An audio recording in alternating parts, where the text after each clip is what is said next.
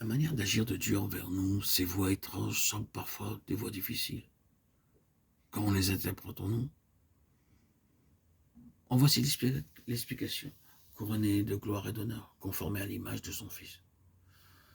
Nous passons par le feu, nous sommes testés, éprouvés, nous passons réellement par des temps difficiles dans les mains de Dieu. Mais qu'est-ce qu'il fait? Bien, parfois il semble que le feu manifeste tout ce qui est mauvais en nous, comme si cela venait à la surface.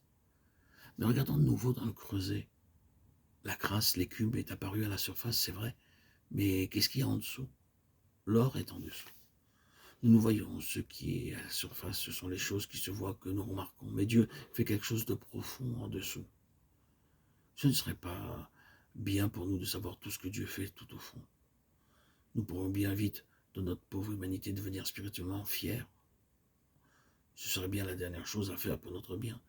Mais il fait quelque chose de profond tout en bas. Il affine l'or. Même si nous sommes plus conscients de la surface écumeuse que du reste, il nous couronne de gloire et d'honneur, afin que nous puissions nous tenir avec honneur devant Dieu. C'est un mystère, et nous devons l'accepter.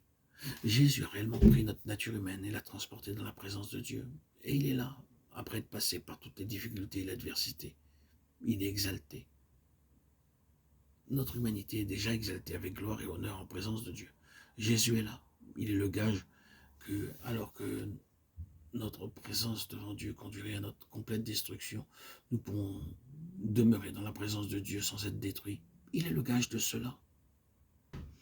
Jésus dans la gloire est notre confiance.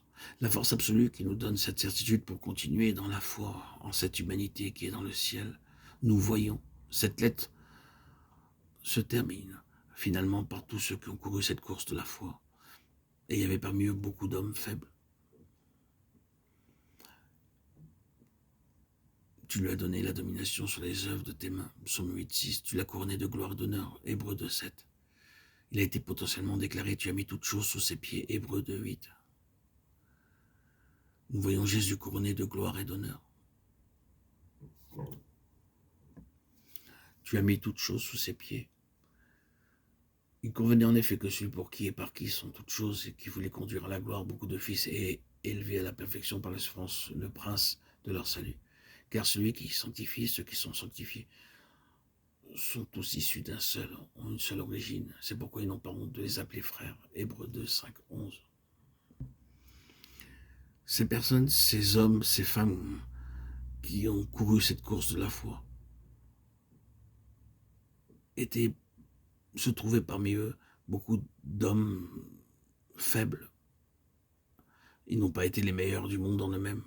L'histoire de leur échec étant des hommes avec des passions comme nous-mêmes, n'est pas couvert par le Seigneur. Tout est pleinement exposé. Mais ils ont couru la course. C'est pourquoi il est dit, courons avec patience la course qui est devant nous, fixant les yeux sur Jésus. Hébreux 12, 1, 2. Couronné de gloire et d'honneur. Hébreux 2, 9. Il est le garant que nous serons couronnés de gloire et d'honneur par la foi en lui. Vous pouvez avoir une aussi petite foi en vous-même que vous voulez, peut-être que moins que vous en aurez, et mieux ce sera. Mais n'en restez pas là avec votre manque de foi en vous-même. Votre force pour aller de l'avant sera de regarder non à vous-même mais à Jésus, couronné de gloire et d'honneur.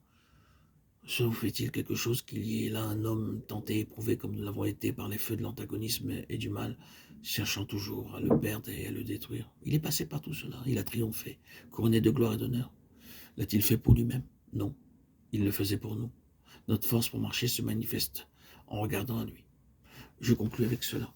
Si vous l'avez perdu, si vous êtes en danger de la perdre, ou si vous ne l'avez jamais encore suffisamment saisi, maintenant, maintenez-vous fermement sur la base d'une grande foi objective. Nous pouvons devenir tellement subjectifs dans notre foi, dans notre doctrine, que nous sommes totalement occupés avec ce qui est au-dedans de nous-mêmes, et c'est une chose dévastatrice.